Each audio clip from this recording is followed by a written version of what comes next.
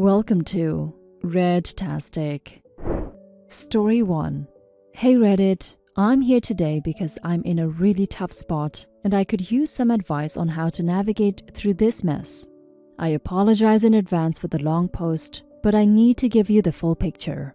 I, 29 female, have been married for about a year now to my husband, 30 male, and to say that things have been challenging would be an understatement.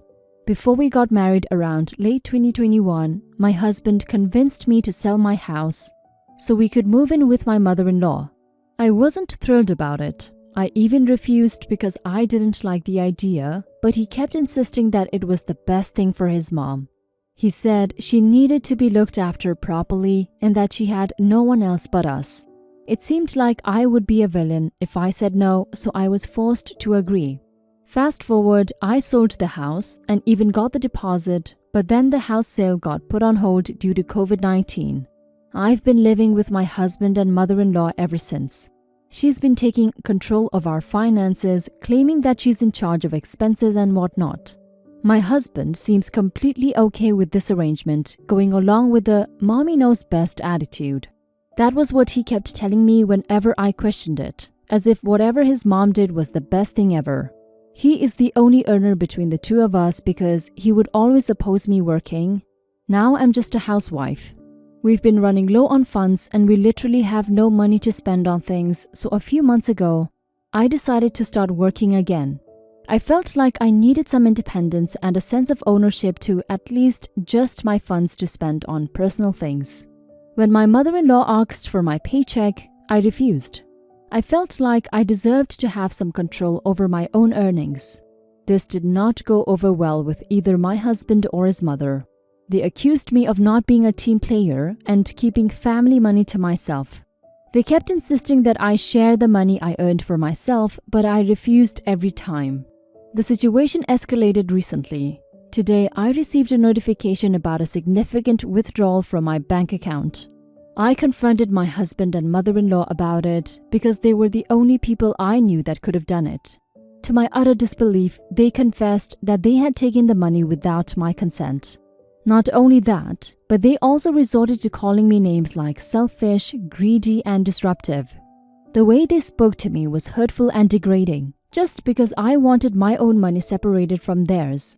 I just couldn't believe they would do that to me. I felt suffocated, so I stormed out of the house. Now I find myself in a coffee shop writing this post and seeking some outside perspective. I feel trapped, both financially and emotionally. I want to stand up for myself, but I'm unsure of how to proceed. I know that relationships require compromise, but this feels like a one-sided power struggle. Has anyone else been in a similar situation? How did you handle it? What steps should I take to regain some control over my own life and finances? I don't want to give up on my marriage, but I also don't want to continue feeling like I'm being taken advantage of. Any advice would be greatly appreciated. Update.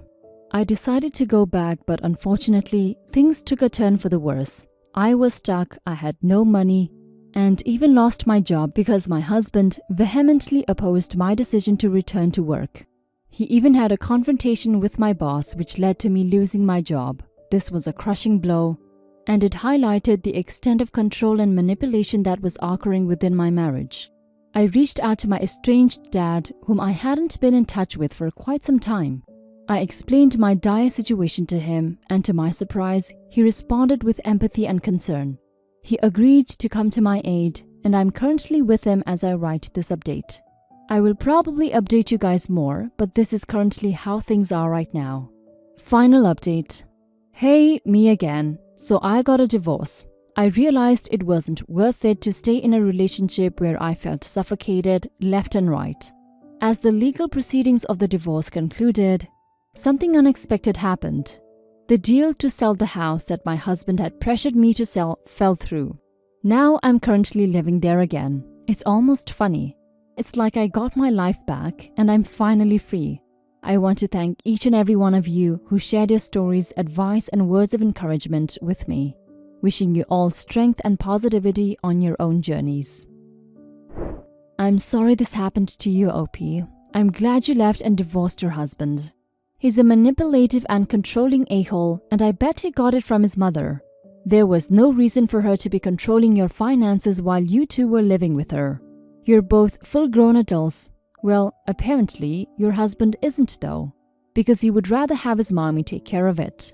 Just because he wants his life and finances to be controlled by his mother doesn't mean you want the same thing too. Overall, you dodged a huge bullet with this one. I'm glad you're able to get out of that situation. Take care, OP. Story 2. On the 26th of July 2019, my grandmother on my father's side passed away from a stroke early that morning. She had her 80th birthday not long before her death. On why this is here, as of posting this, I'm currently staying with my half-brother. Best half-brother I could ever ask for, while I prepared to go to my grandmother's funeral. I didn't have much to do with my grandmother, but all the times I saw her, she was one of the kindest people in the family. I only saw her a handful of times, maybe less than 10 times. I just adored her because she was just so darn nice.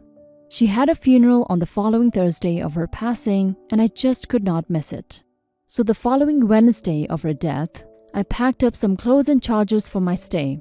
I was going to stay for 2 days, but because I'm 18, it wasn't cheap for me to get from where I currently live to where I'm staying.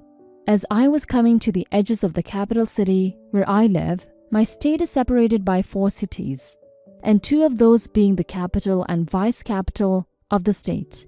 The other 2 are subsidiaries, so to speak, of the vice capital. I messaged my aunt and asked her if she could pick me up to go to the funeral, and after an hour waiting, I said, "So," preceded by, "Can you please stop ignoring me? It's infuriating. Just say yes or no." I knew it came off rude and I even apologized for it. When I did, however, I followed that up with a separate message saying that I didn't intend for it, and she actually claimed that, yes, I did. I asked my other aunt shortly after to try and get it to pick me up since I was under the impression that she wasn't going to. That night, I was told by both of my aunts and my father that I wasn't allowed to go. This is just the beginning of it all. As of posting this, obviously, yesterday I had a huge mix of emotions, just trying to get the real reason to why I couldn't attend my grandmother's funeral. None of them actually replied, so being incredibly both angry and just sad, I blocked nearly all of my family, just ones that I associated with the most, because I didn't want to deal with the aftermath of what happened next. I messaged both of my aunties and my dad after being ignored for over a day and an hour before the funeral itself, telling them to go F themselves, that I hated them and to never contact me again. I was just completely devastated that I couldn't attend. I loved my nan. After thinking so much about it, despite being told that I didn't, I felt like I overreacted by blocking my dad and his family. I didn't feel too bad about my aunts, but the rest of the family and my dad, who to be honest, is just someone who doesn't like seeing people fight. Maybe this was just a preventative approach to the situation, but it still hurt me so much that he got the worst of my tirade. Am I the a-hole? Edit. I forgot to say that they did inquire about driving me. I was very close to where they live, and I could actually walk to their places to be taken. Please note that I'm not angry because they didn't drive me to the funeral. Also, I didn't have much money, and I certainly wouldn't have had enough to get there. You're not the a-hole, OP. I'm sorry about the loss of your grandma and the fact that you weren't able to say your final goodbyes to her. Your dad and your aunts never gave you an explanation on why they couldn't take you to the funeral. If they did, then you wouldn't be so pissed right now, or you might be pissed, but at least you would not be confused. Blocking your dad and his family was a rash decision to make, but it's reversible. At least you can unblock them after they give you a reasonable explanation. Now for some comments. Definitely not the a-hole, speaking from experience. My grandma died back in 2010. She was the only one that I talked to in my father's family. I didn't find out she passed until a week after the funeral by a letter sent to me by my father. I was living in Corrie, PA at the time. She lived in Buffalo, NY, roughly a 3-hour drive. Never found out why they would not let you attend the funeral. As you said, you only met the lady like 10 times in your life. Was it a closed funeral where only chosen people could attend on the wishes of your late grandmother, and you were not on that list? Have been to a few of those funerals like that. Not the a-hole. They haven't explained why, so you may never know. You could have taken an Uber or had your half-brother take you despite them saying that. If they wanted to make a scene at a funeral, that would have been on them. If you feel the actions of your father's family are toxic, is it always like this or is it a one-off? You always have the right to only have people in your life you want. My current take on things like this is, people that love you and care for you do not treat you like garbage. They are not a-holes to you. Story 3. Hi, we recently moved to our new house. All good except for this issue. Whenever my husband takes a shower, he leaves the bathroom wet. And I mean slippery wet. I talked to him about it, did a PowerPoint presentation about it with the help of my son's photography skills, reminded him about it, no avail. Still nothing's changed. Our youngest son would run to the bathroom barefoot, yes, and might slip since the floor is wet, soapy. He didn't see how wet it was because I ended up cleaning, not for him but for the kids, so the kids could use it safely. Last week, before he used the bathroom, I went in and took a shower, then I got my stuff and got out. He was in a hurry, so he immediately walked in with his shaving tools, saying he had an important meeting with his buddies at the restaurant and wanted to get there first. He suddenly stopped talking and started yelling, "What is this? What the hell is this? Why is the floor wet?" He looked disgusted, saying I should have cleaned up before getting out of the shower. I stood at the door with my eyes rolling so hard I was brain dead for 6 seconds. The hypocrisy. He was barefoot and looked quite disgusted, saying he couldn't spend another minute with his feet on the soapy, wet floor. He immediately ran out and went on to lecture me about how unacceptable that was. I told him that's what I deal with whenever he takes a shower. He tried to argue back, saying it was just me using an excessive amount of water, but I told him it's the same outcome.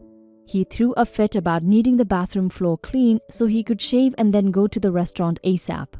I handed him the mop and told him it won't take long to mop the floor clean, then I went to get my clothes. He was upset but cleaned up, got dressed and left. He texted saying he was the last to show up. They had a bet that the last one to show up at the restaurant pays for half their meals. And told me the mopping I made him do because of my shower cost him that much amount of money. And to add insult to injury, his buddies were laughing at the reason why he was late and were basically mopping the floor with his integrity. I was too busy with the kids to respond. Plus, I thought he would need time to calm down. But still, he got home and kept bringing it up, making me feel bad. Now for some comments. Not the a-hole, but your family doesn't know how to use towels? Am I missing something there? Who gets out of the shower soaking wet and doesn't bother to at least grab a towel to wrap around before stepping out of the shower? Then, oddly enough, there's things called bath mats, to step on with wet feet. I mopped the bathroom on bathroom cleaning day, never had to do it after a shower or a bath, but only ever to clean the floor. Not the a-hole. Like you said, he's just a hypocrite, pure and simple. You gave him a perfect taste of his own medicine. I'm not sure I even buy his story. If he didn't want to get teased, why did he tell people? Why didn't he skip shaving for a few hours? If this bet was real, he could explain the stubble as the reason why he won. Why should only one partner be responsible for cleaning up after not only themselves, but everyone else in this case? Keep it up until it sinks in. Not the a-hole. I am continually amazed by the sheer lack of self-awareness in things like this. You proved your point and hopefully it will change the behavior. The hypocrisy is mind-blowing. As an aside, if my husband was bothered by something I routinely did to the point of creating a PowerPoint, I would change the behavior because I love him. And it's clearly an issue for him. Please ask your husband why he doesn't care enough about you or your kids to change this minor issue.